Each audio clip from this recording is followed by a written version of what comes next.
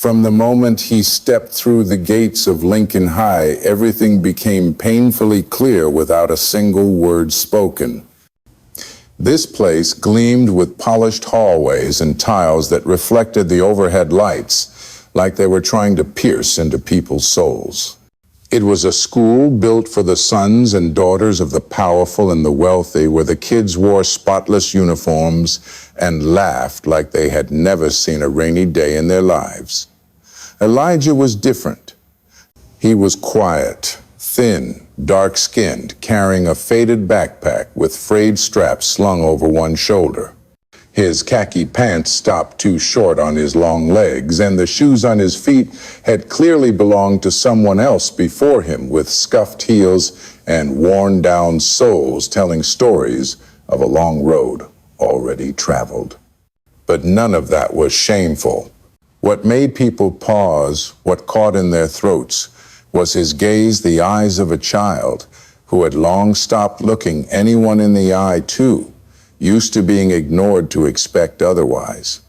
Elijah came from a place where the lights went out every summer and the winters sank into darkness.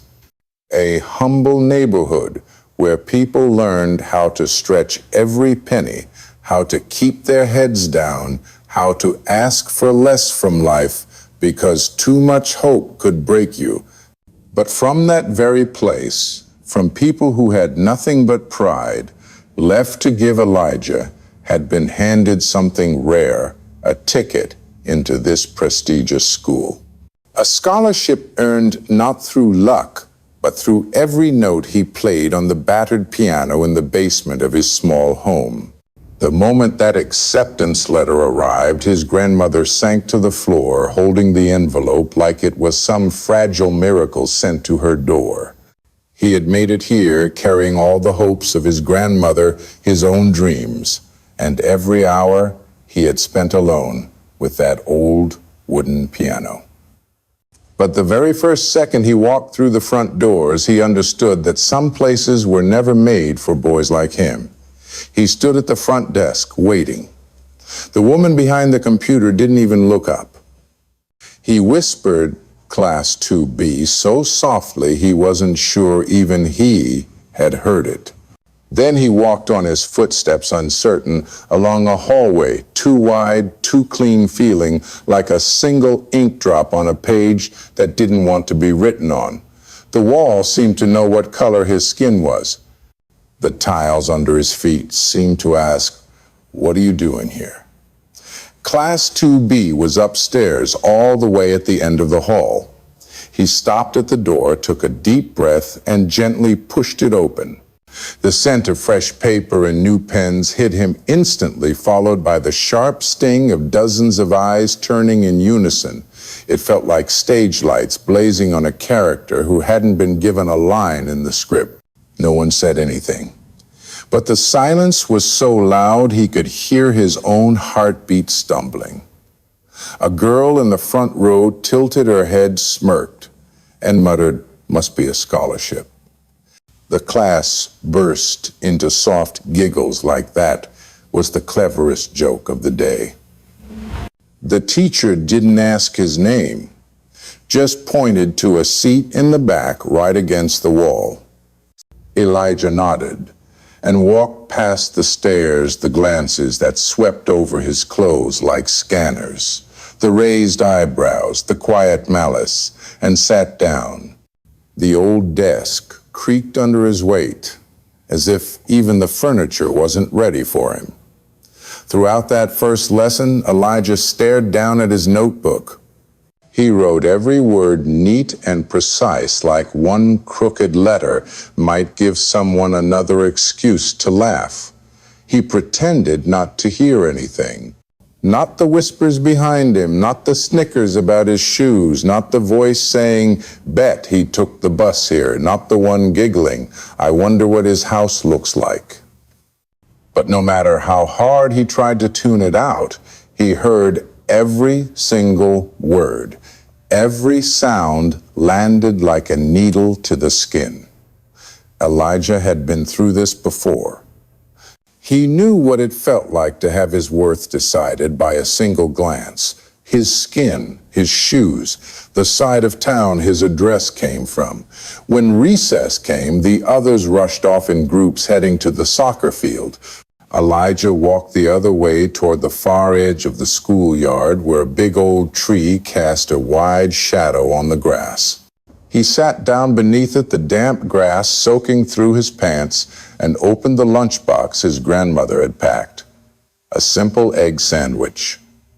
A bottle of orange juice in a chipped plastic thermos. He ate slowly, chewing each bite as if stretching out the time so he wouldn't have to go back inside too quickly. His eyes followed the white lines painted on the field. Not angry, not sad, just quiet. A voice broke through the silence behind him, deep and commanding. "What instrument do you play?" Elijah startled. He turned to see Principal Whitaker standing there. A tall man, salt and pepper hair, crisp suit eyes like knives, sharpened by years of authority. "I play a bit of piano, sir," Elijah answered softly. "Piano, huh?" Whitaker raised an eyebrow. His gaze flickered with something unreadable. Then he turned and walked away, leaving the question hanging in the air like smoke, without a single word of judgment or praise. That night, like every night, Elijah sat down in front of the old piano in the basement. The keys were yellowing a few slightly out of tune, but the sound they made was gentle like the lullabies his grandmother once sang. That tiny room was his world. No stairs, no laughter. No weight of being someone he was not. Just him and the keys. His fingers moved across them, not to impress anyone, not to prove anything, but to remind himself that somewhere in this world he still mattered. And music was the only way to hold on to that truth. That afternoon the sun wasn't harsh, but the warmth still seeped steadily through the thin fabric of his school uniform. Across the courtyard, groups of students huddled together, clutching lunchboxes from famous takeout spots, laughing loudly as if the school grounds were their own private kingdom, and anyone outside that circle was just a passing stranger. Elijah didn't belong in any of those groups.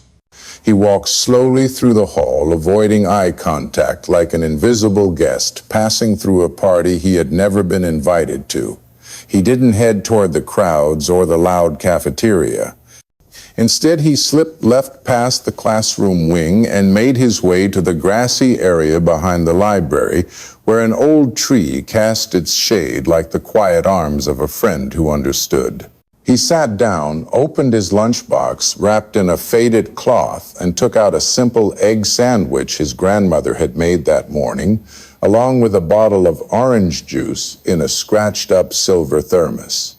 Every time he opened it, the faint scent of citrus escaped not like store-bought juice with artificial sweetness, but gentle, almost like his grandmother's breath on a quiet morning.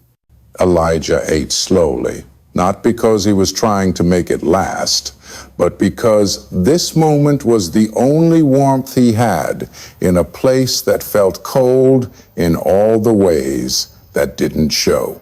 Each bite of soft bread carried more than taste. It carried the weight of a woman's care, of her early rising, her love folded into every layer.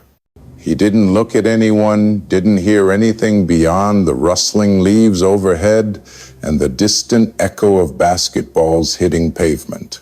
He just sat there quiet like a lone note drifting through a song no one else could hear.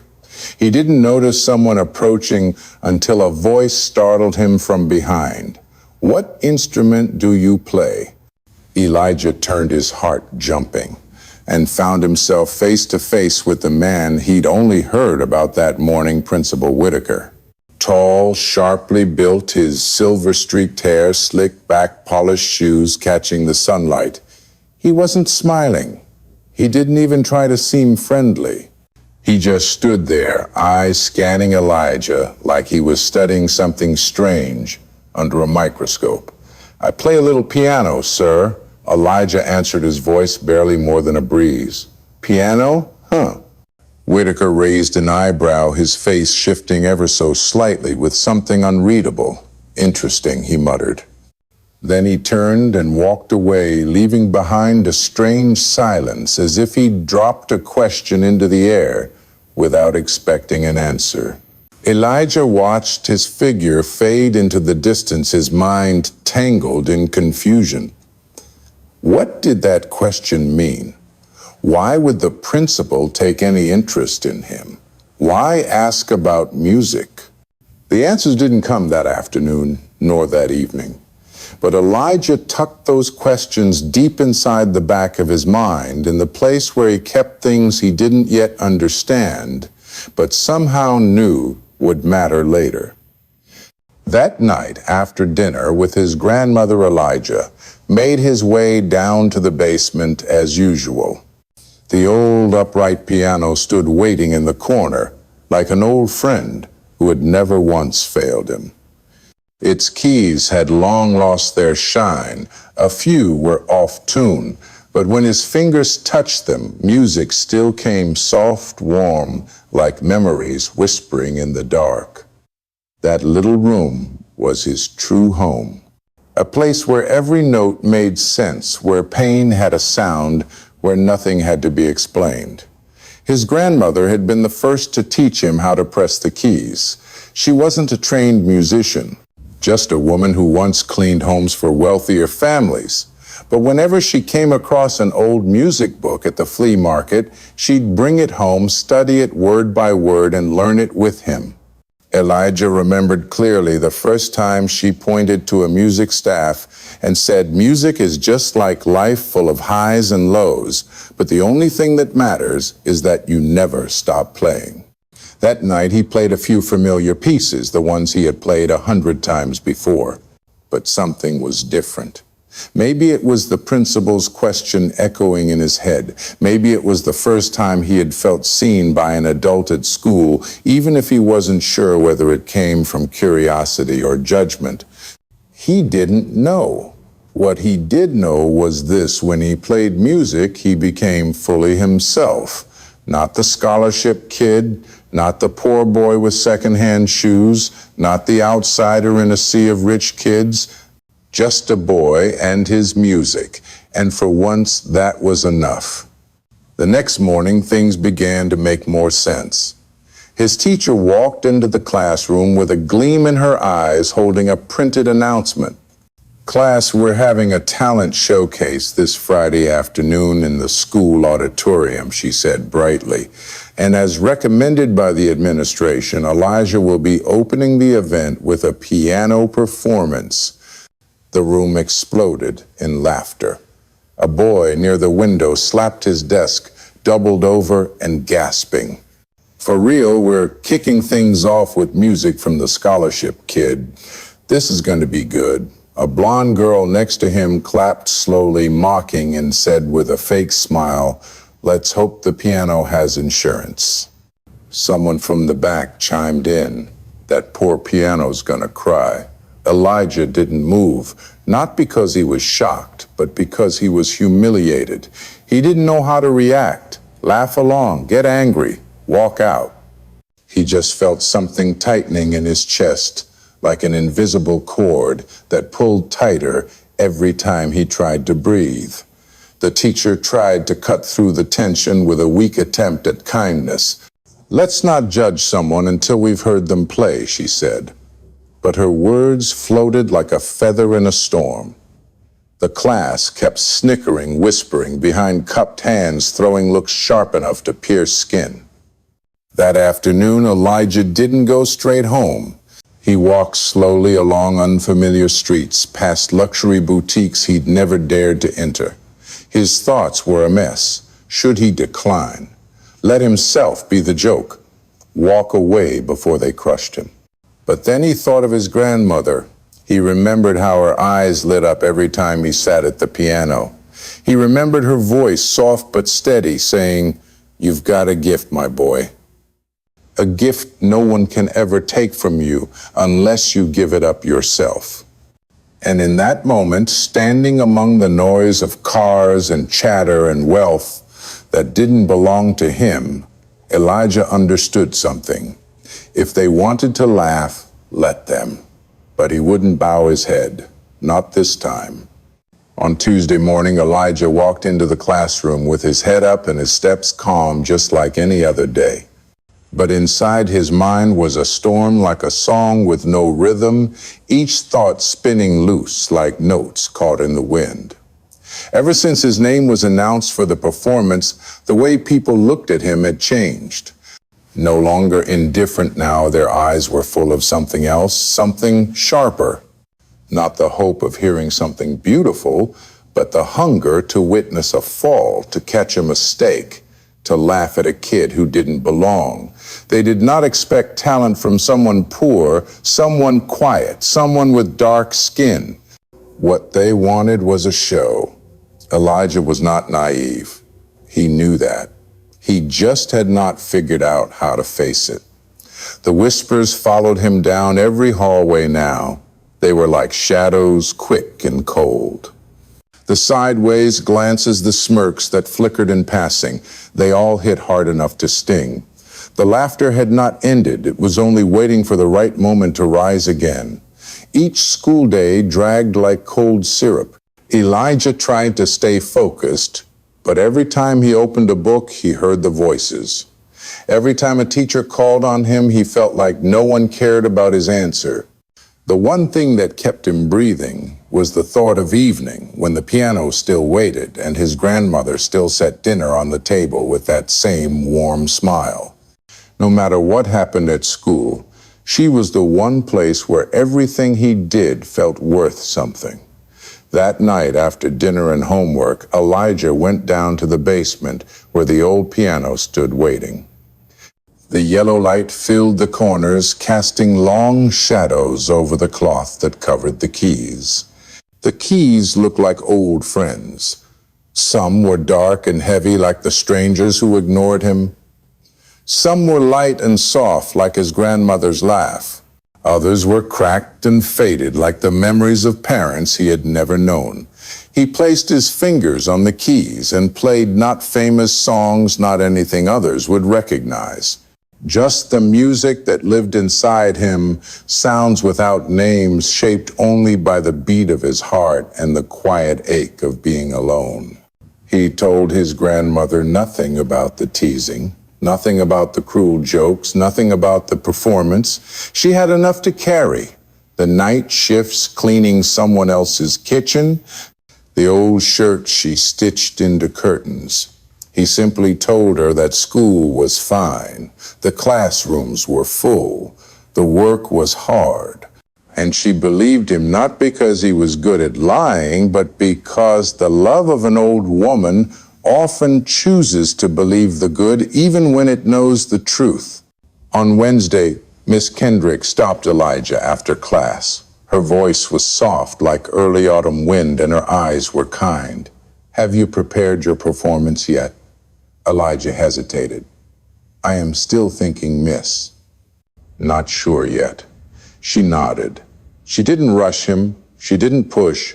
She just placed a gentle hand on his shoulder and said, "Let your music speak. Sometimes our words fail us, but the piano never does." Elijah said nothing, just nodded. There was something different about her. Maybe it was the way she looked at him. It never felt like pity. It felt like real respect. That night, Elijah played a song he had written when he was 10 years old. The year his grandmother was very sick, and he stayed home alone for 2 long weeks. He remembered the days heavy with silence, the sound of her breathing, the ticking of the living room clock. That song was his whisper to heaven, his hope that love could heal what medicine could not. As he played it again, he closed his eyes. His fingers moved gently like brushing the edge of a memory. He didn't think the song was good enough for the stage, but he knew it was honest, and that was enough.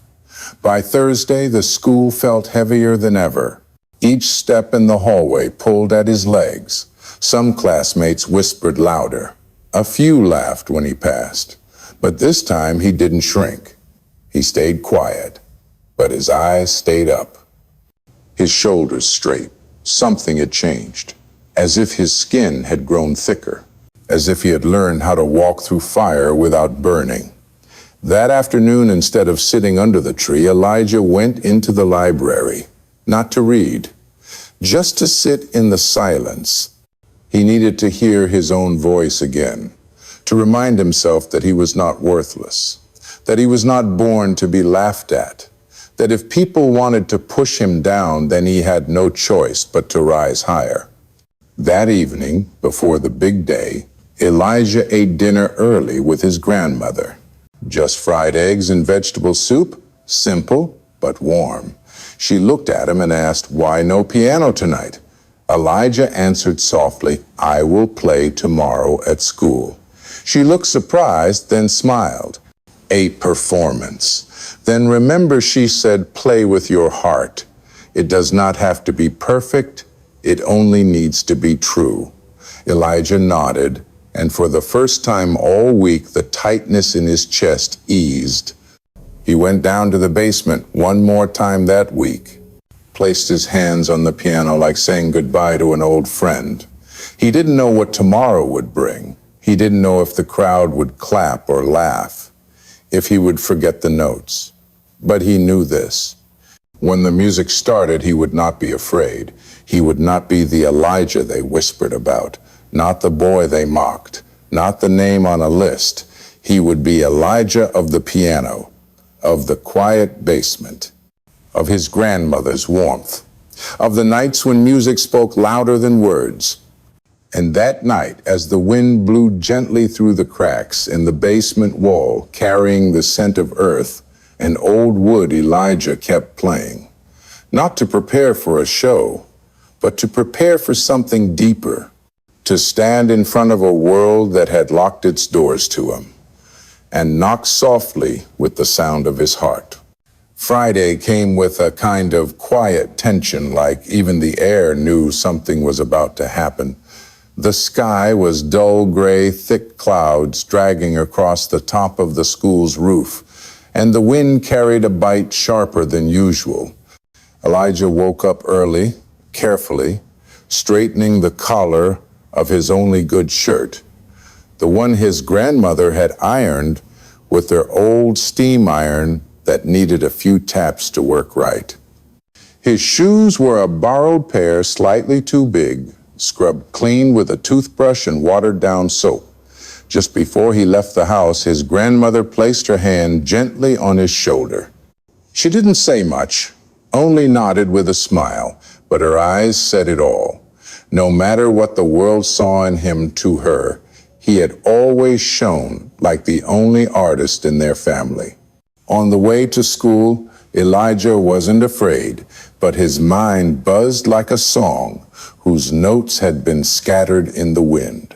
He thought about the big auditorium he'd only ever seen from afar. He thought about the whispers, the sideways glances, the half smiles loaded with doubt. But he also remembered the melody he had played the night before, remembered his grandmother's voice at dinner, saying, "Play with everything you've lived through." That one line unlocked something deep inside, something he hadn't known was locked away. He knew people might not believe in him. He knew they might laugh. But for the first time, he didn't doubt himself. From the morning, the atmosphere at school was different. Students huddled in groups, buzzing about the talent show like it was the latest gossip or a championship game.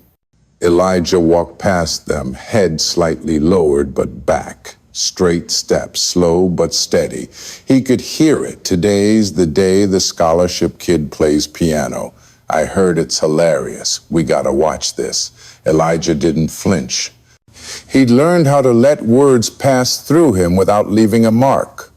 But what caught him off guard weren't the usual comments. It was a few looks. Different somehow. Not mocking. Curious. Like someone had started to wonder if maybe, just maybe, there was more to him. At lunch, Elijah ate quicker than usual. He didn't sit under the familiar tree. Instead, he found a quiet corner near the library somewhere no one would notice him. It wasn't fear that made him hide. It was the need for silence to gather his breath. He didn't have sheet music in his hand, no famous composition ready to go. All he had were memories, pieces of the life he had lived, and sounds that had kept his heart beating when everything else went quiet. And in his mind, the music had already begun, note by note, echoing from somewhere deep inside. As the auditorium filled up, Elijah stood behind the curtain, quietly watching the stage lights flicker to life. They say stage lights can hide your fear, but Elijah knew better. Light only makes fear more visible if you've got nothing real holding you up. Lucky for him, he had something. He had the calluses from long nights at the keys. He had ears that had heard too many laughs behind his back and still kept listening. He had a heart that never stopped feeling.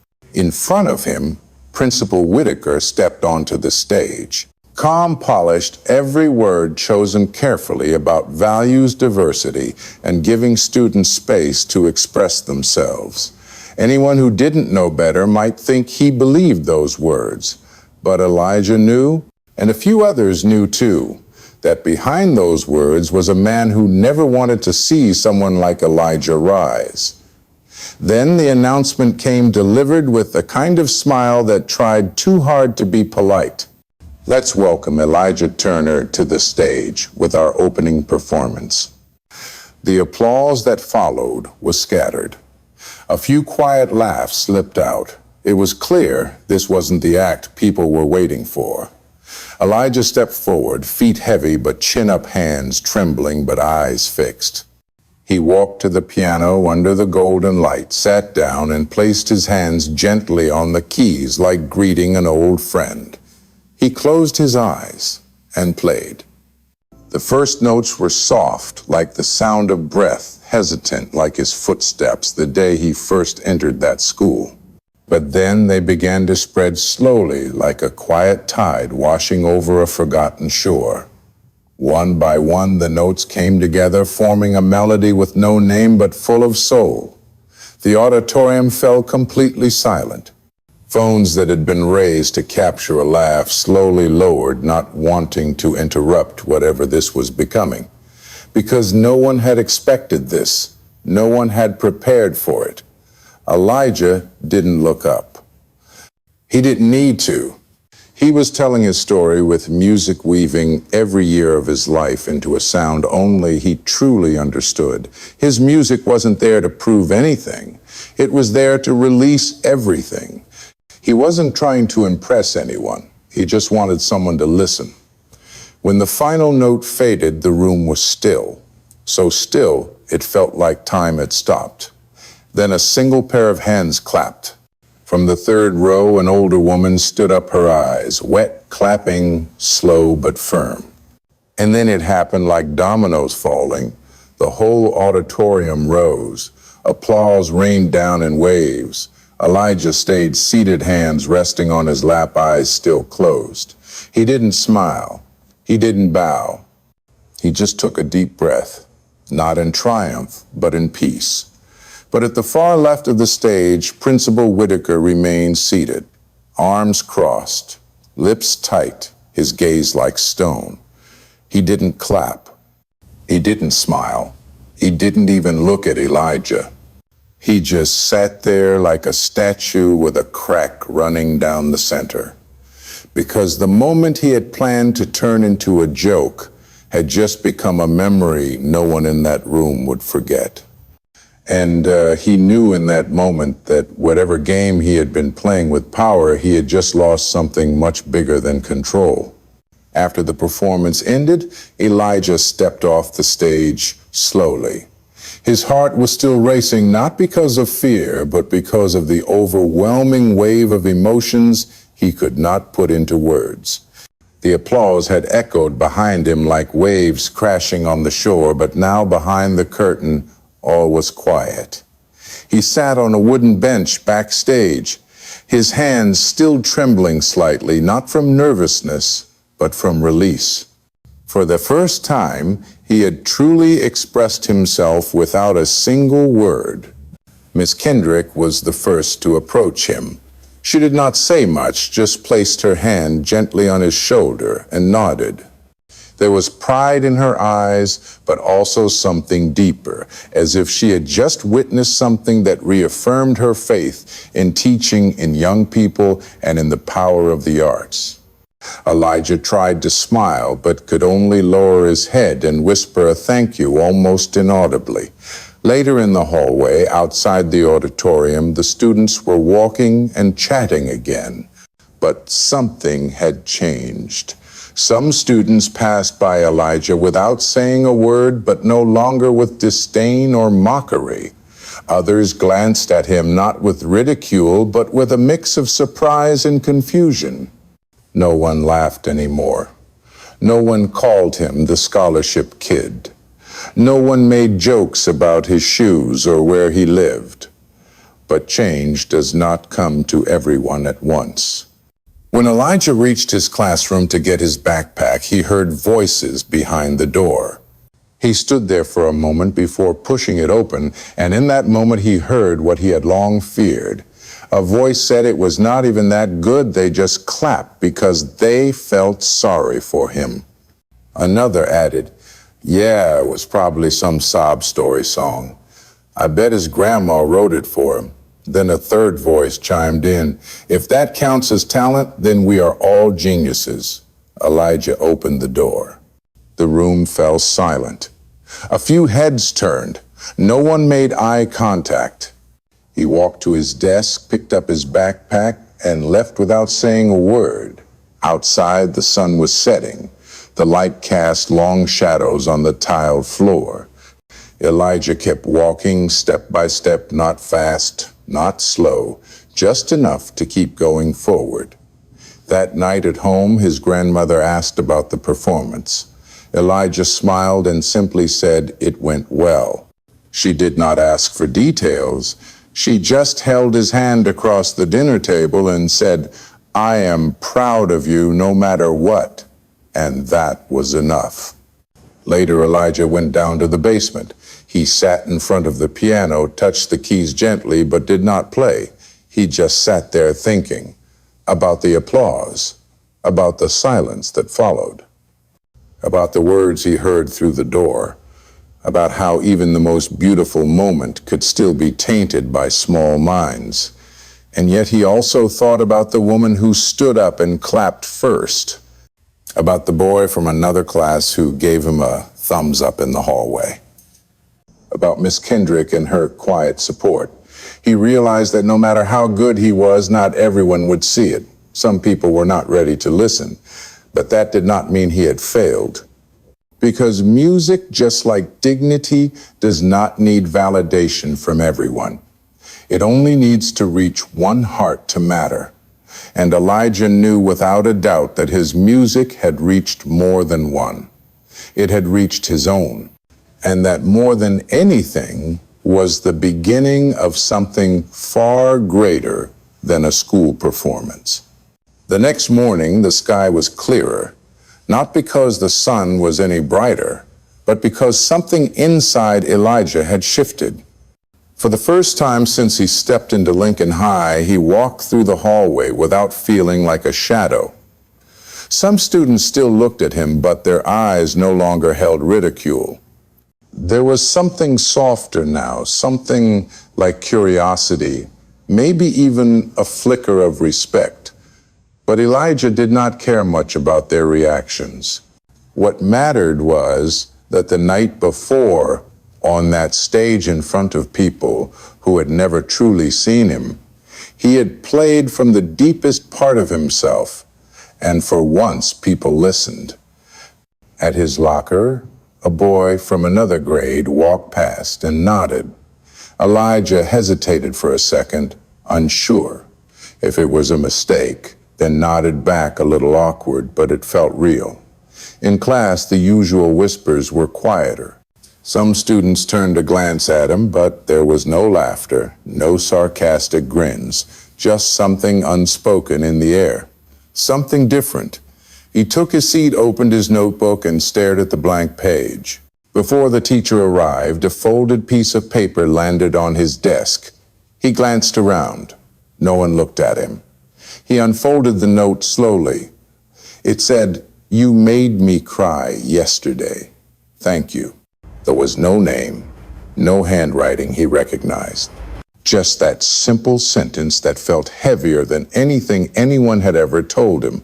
Elijah folded it back, placed it gently into his notebook, and sat still. For a moment, he did not need anything else. At lunch, instead of heading to the library or hiding behind the building, he walked past the benches, past the crowd, and found a spot near the soccer field. He unwrapped his sandwich and opened the bottle of orange juice. But before he could eat, a voice spoke from behind. "Is this spot taken?" He turned. A girl stood there. She was in his grade, maybe from another class. Blonde hair, pulled back freckles across her cheeks. She didn't smile too much, didn't look nervous. She just asked.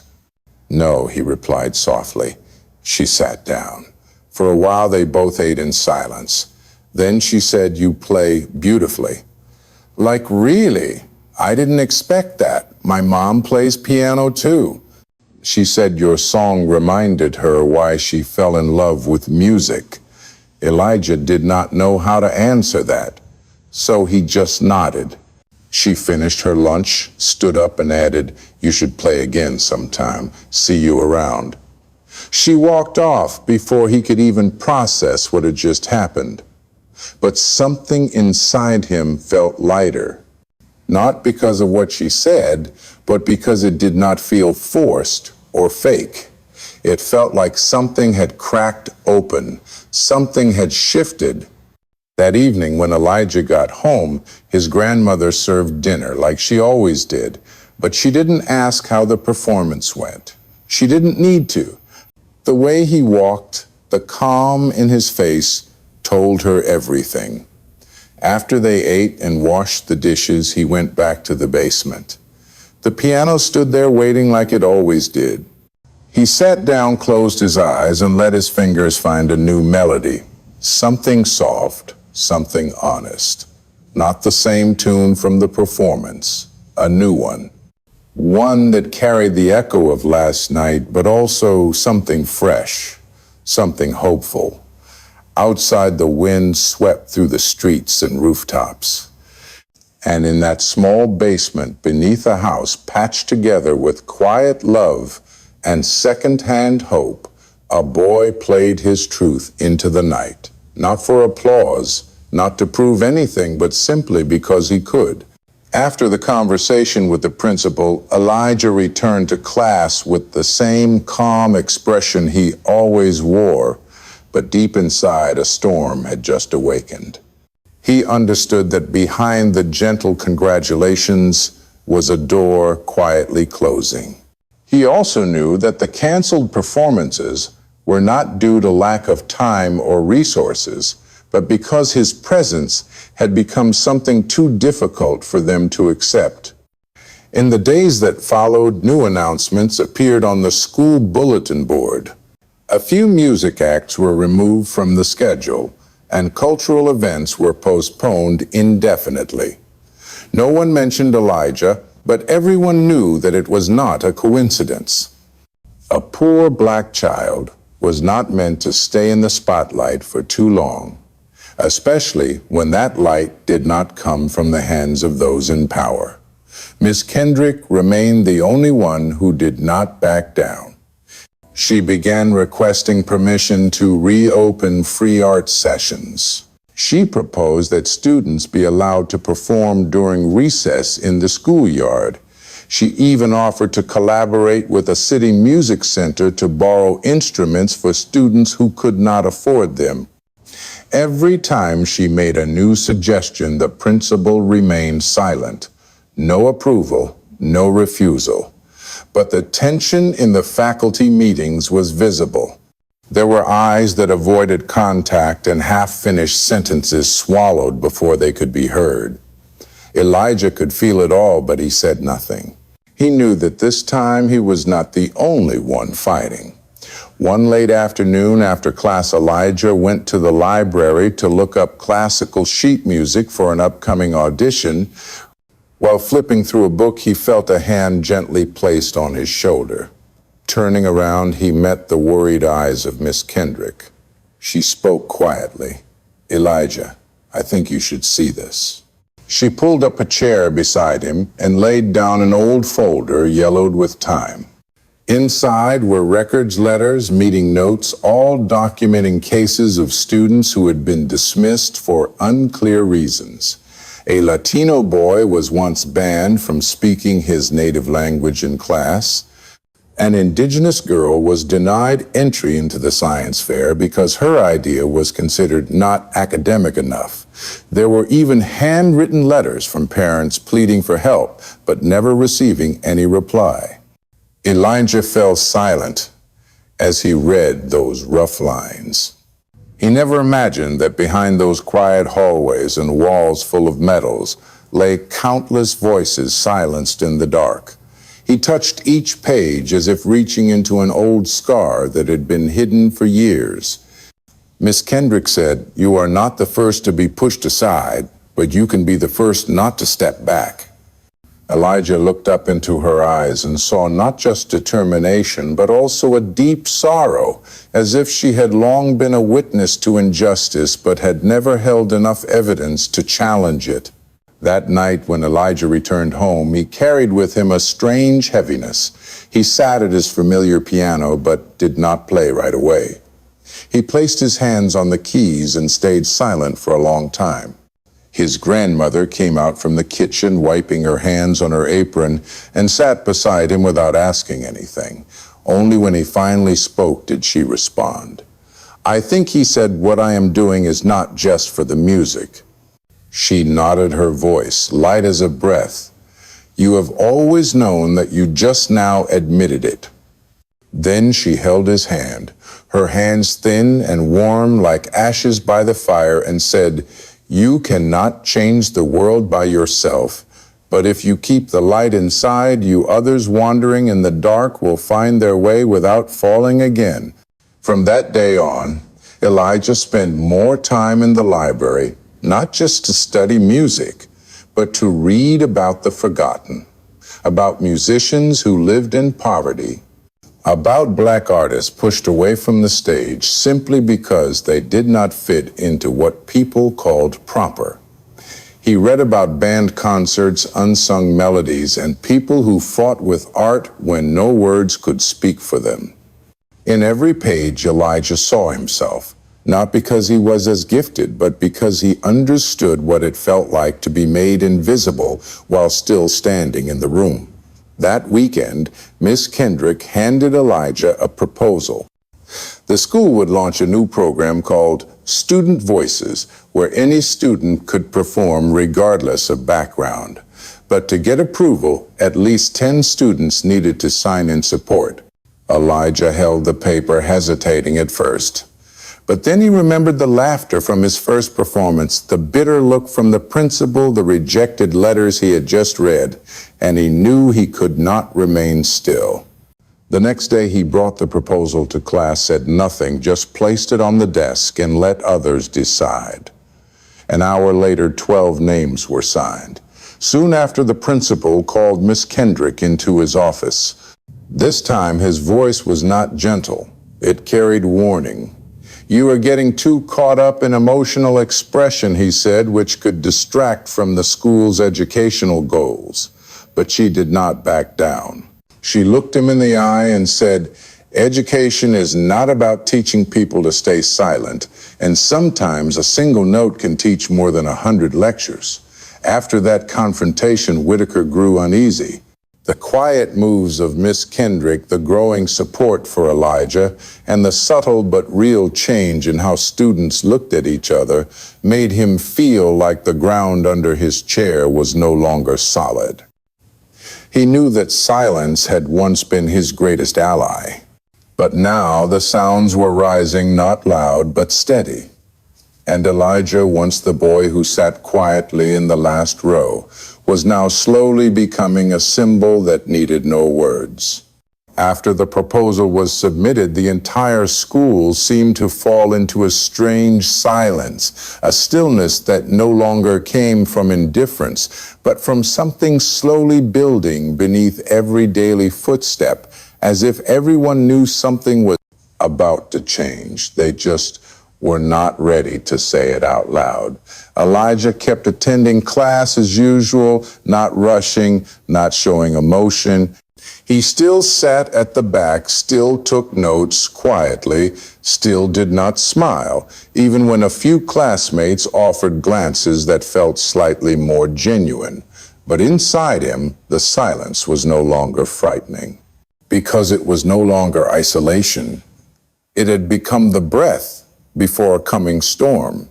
One early morning, while Elijah was at the library preparing for his audition at the conservatory, Miss Kendrick walked in with a calm face, but eyes that shone brighter than usual. She gently placed a sheet of paper on the table and stepped back. Elijah read it slowly, line by line. The school had officially approved the launch of a new arts program called Student Voices, allowing any student to showcase their talent on the last Friday of every month. No discrimination based on skill, background, or origin, just something worth sharing. Elijah looked up ready to say something, but Miss Kendrick shook her head gently. There is no need to thank me. This is the result of silence that carried weight.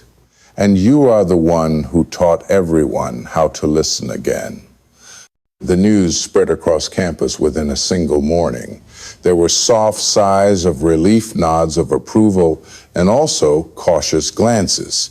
The students who once dismissed Elijah no longer looked at him the same, not because they feared him, but because he had become a mirror they could no longer ignore. He did not say much, did not retaliate, did not make himself into some kind of avenger. He simply stood firm through the storm, and that alone made people lower their heads. Meanwhile, in the principal's office, the air was no longer as comfortable. Mr. Whitaker sat behind his desk looking out at the schoolyard where a group of students was brainstorming their first performance. He gripped his pen tightly as if he could crush everything with that same stubbornness that had once silenced so many teachers. But this time was different. The proposal had been approved by the school board. No one objected. No one was afraid anymore. And what disturbed him the most was that the student leading it all was Elijah Turner, the boy he had once seen as a shadow that would soon be swallowed by oblivion. The last Friday of the month came faster than anyone expected. A makeshift stage had been set up in one corner of the schoolyard using old wooden boards surrounded by student chairs arranged in a semicircle. There were no bright lights, no massive speakers, no fancy setup, just a simple microphone, a borrowed piano from the music room, and a few waiting eyes. Elijah was the opening act. He stepped onto the stage slowly, without looking down, without needing applause. He just stood there, placed his hands on the piano keys, and began to play. Not the piece he planned to use for his audition, not the one that once made an auditorium rise to its feet, but a new composition written by him after many nights of quiet reflection, a wordless melody, yet it carried the echo of unanswered questions, the voices of those once silenced, and the heartbeat of someone who had never been allowed to live as fully as they were meant to. The music drifted softly like morning mist, but each note touched something inside the listeners. One student looked up at the sky, a teacher raised her hand to cover her eyes. Some sat completely still as if hearing someone narrate their own story without speaking a single word. When Elijah finished, no one clapped right away, because in that moment, everyone was wrapped in a sacred silence. A few seconds later, applause began to rise. Not loud, not rushed, but the kind of clapping that comes from the heart for someone who dared to cross that invisible line between being overlooked and becoming a force for change. After the performance, Elijah did not go straight home.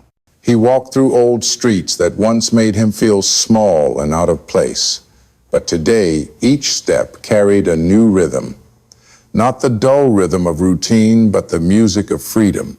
He passed by the laundromat where his grandmother used to work when she was stronger, past the corner store where he was once suspected simply for his skin color, and finally stopped in front of a wall of graffiti where an old phrase was painted in fading letters. We were born to echo, not to disappear. He stood there staring at the words for a long time, then smiled. He did not need to be someone famous. He only needed to be himself with his piano, with his quiet determination, and with a sound no one could take from him. When he got home, his grandmother was sitting on the porch holding a cup of hot tea. Seeing him, she did not ask anything, just tilted her head as if waiting for confirmation. Elijah sat beside her eyes, gazing into the distance. Then he said softly, "They heard." She nodded, her voice warm and low. "And they will keep listening if you do not stop playing." That night, Elijah sat again at the piano, not for a contest, not for an invitation, but because his heart needed to be heard. The melody he played was not recorded, not judged, but it was the one sound that made him feel for the first time in his life that every note had finally found its rightful place. That morning, Elijah woke up earlier than usual, not because he was nervous, but because a quiet feeling had started beating within him like the rhythm of the old violin still resting in the corner of the room. The mist still lingered, and the light outside the window was faint, but enough for him to see his own reflection in the glass, a thin boy with slightly curly hair, dark circles under his eyes from many late nights. But in that gaze, something had shifted. There was no hesitation, no second guessing, only the calm of someone who knew exactly why he had come. His grandmother had prepared a small lunchbox, her hands shaky but determined as she cut up each piece of fruit. When she placed the box into his backpack, she spoke softly, "Play, as if you have nothing left to lose, because sometimes in that very moment you find what you have been searching for all along." Elijah nodded without a word, but he gently squeezed her hand, a silent promise that he would not waste the quiet sacrifices she had made. The conservatory was in the center of the city, surrounded by glass buildings that seemed to touch the sky, where every passerby moved with a sense of urgency and purpose. Elijah arrived when the hallways were still quiet, the white walls softly glowing under the warm yellow lights. The audition room door was closed, and only the faint sound of a piano echoed from the practice rooms like a gentle welcome for the one who had just arrived. Elijah sat down in the waiting area, placed his case beside him, and closed his eyes. He did not try to memorize the notes nor repeat them in his head. He simply let his heart drift with the music that had become part of his blood, like an underground stream that kept finding its way no matter how often it was blocked. A while later, a woman stepped out from the audition room with a clipboard in her hand. "Elijah Turner, are you ready?" He stood up, adjusted the strap of his case, and followed her. The hallway to the audition room was not long, but each step touched an old memory. Times he had been turned away, eyes that looked down on him, evenings where the only friend he had was the sound of his violin. They returned not to haunt him, but as quiet witnesses of a journey he had never abandoned. The audition room was bright with overhead lights. 3 judges sat behind a table, each with a file in hand. None of them smiled, none offered a friendly look, but Elijah was not intimidated. He placed his case down, took out the sheet music, and his violin, the same one he had used since the days he learned to play with his left hand in their small living room. One judge said plainly, "You may begin whenever you are ready." Elijah nodded, took a deep breath, and raised his bow. The piece he chose was not easy.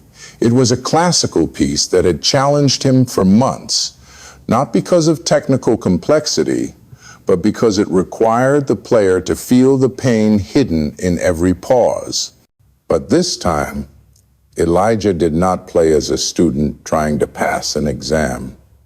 He played as a storyteller, as a soul using sound to untie the knots that words could not reach. His music was not flawless, but it was honest. Some notes trembled slightly, but from emotion, not fear. At one point, the room fell into complete stillness, only the violin weaving through the space, slipping into the cracks of every heart like wind through a door long shut. When the piece ended, Elijah did not bow immediately. He stood still for a few more seconds, eyes fixed on the air in front of him, as if holding on to sounds that had not yet been heard. Then he lowered his bow, nodded gently, and stepped back. None of the judges spoke right away. One took notes, the second gave a slow nod, and the third looked directly at Elijah and asked, "Where did you learn music?" Elijah answered simply, "I learned in my living room, and from a teacher who believed in me more than I believed in myself." That judge stayed silent, then gave a quiet nod, enough to let Elijah know he had truly been heard. Leaving the audition room, Elijah had no idea what the result would be, and he did not need to. What he carried with him was not just the chance of acceptance or praise from those in power. It was the deep certainty that he had overcome himself, had stepped beyond fear, and had spoken in a world that had silenced him for too long. That afternoon, as Elijah returned to school, the sun was already dipping low. He walked past the courtyard where a few students were rehearsing for next month's performance. A dark-skinned girl with neatly braided hair was strumming a guitar with a bright sparkle in her eyes. Elijah paused, listened, and smiled. He knew now he was not alone. A seed had taken root, and soon there would be a garden in bloom, no permission needed. That evening, when Elijah told his grandmother about the audition, she did not ask whether he hit any wrong notes, nor did she ask what the judges had said. She only asked, "Did you play with your whole heart?" He nodded. She smiled and said, "Then you have already won, and everything else, if it comes, is a gift, and if not, nothing has been lost." She stood up, poured him a cup of warm tea, set it gently on the table, and walked away, leaving him with his violin, the soft light, and a silence full enough to remind him that the road he had chosen might not be easy, but it was his own, and that alone was all that truly mattered. The day the official letter from the conservatory arrived, Elijah was not home. He was in the music room, rehearsing with the group of new students who had joined the Voices of Students program. A shy brown-skinned girl had finally signed up to sing an African folk song after weeks of hesitation. An Indian boy was practicing traditional dance steps amid the laughter of his classmates. There were no more strange looks, no more distance between dreams that had once been underestimated. Elijah was no longer the center. He was just an older friend, a quiet brother, showing others how to step onto the stage without lowering their heads before doubt. When he returned home, his grandmother handed him the envelope marked with the conservatory's seal. Elijah did not open it right away. He sat down at the table, staring at it, as if it held more than a decision. He remembered the nights he had fallen asleep at the piano, the look in the principal's eyes when he walked into the meeting room, the moments when he nearly gave up, as every door seemed to slam shut. Then he recalled the first performance, the first genuine applause, and the gentle voice of his grandmother that night. All of it lingered like a long symphony with quiet sections with breaks, but no part was ever forgotten. He opened the letter, his eyes reading line by line. "Congratulations, Elijah Turner. You have been accepted into the conservatory's Young Talent program with a full scholarship." He did not shout. He did not hug his grandmother. He did not run out to tell his friends. He simply folded the letter, neatly placed it on the table, and walked out to the porch where his grandmother was waiting. She looked at him with calm eyes and asked, "Do you feel a stillness in your heart right now?" Elijah nodded. She continued, "Then you have arrived where you need to be." The real journey begins here, not from the stage, not from the scholarship, but from the moment you are quiet enough to hear your own voice without the noise of the world drowning it out. In the following weeks, Elijah began preparing for his move to the conservatory. Every day he still returned to his old school, not to study, but to help the younger students in the arts club. He said no goodbyes, held no farewell event. He simply left a piece of himself in each rehearsal, a small note, but a sincere one. One day he quietly walked through the hallway where he used to be shoved by classmates, where he had eaten lunch alone. He no longer felt anger. Those memories now felt like the opening bars of a larger piece, and without those discordant first beats, perhaps the chorus would never have been so bright. Principal Whitaker also received the news of Elijah's acceptance. He read it in silence, made no comment, issued no announcement, but something inside him was shifting. Perhaps it was bitterness that he could not stop a student he once saw as too small. Perhaps it was unease at seeing an old model of power begin to crack. But deeper than that, it may have been the first time he felt shame, not because he had lost, but because he had failed to see something so simple, that music needs no pedigree to be heard. Before leaving the school, Elijah was invited to speak at the year-end ceremony. At first, he was unsure if he should accept. But then he remembered the early days when standing before the class made his heart pound, afraid of being out of sync with the world.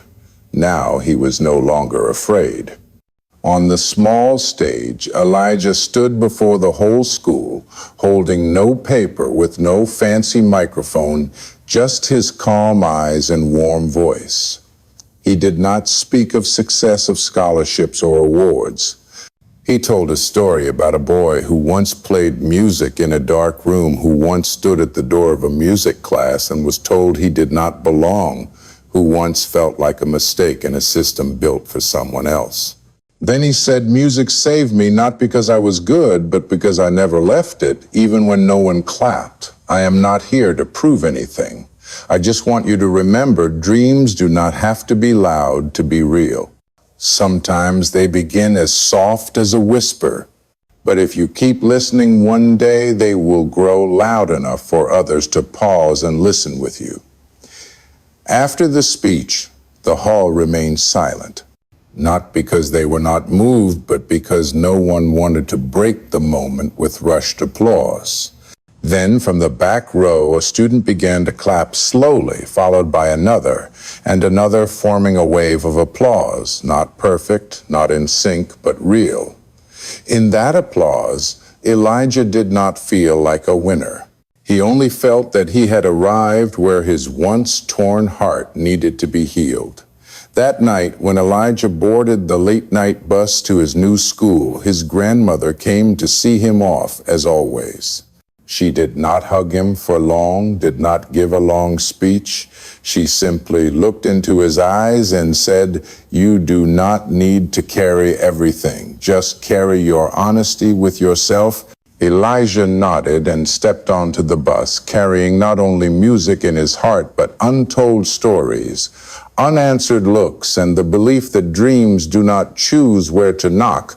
They enter wherever there is still a small light. As the bus passed the familiar streets, Elijah looked back one last time. He did not see the schoolyard nor the music room. He saw a city still asleep, but one that had once awakened in him a sound nothing else could replace. And within him that final melody still echoed, no longer a lone instrument, but a harmony of faith, courage, and life.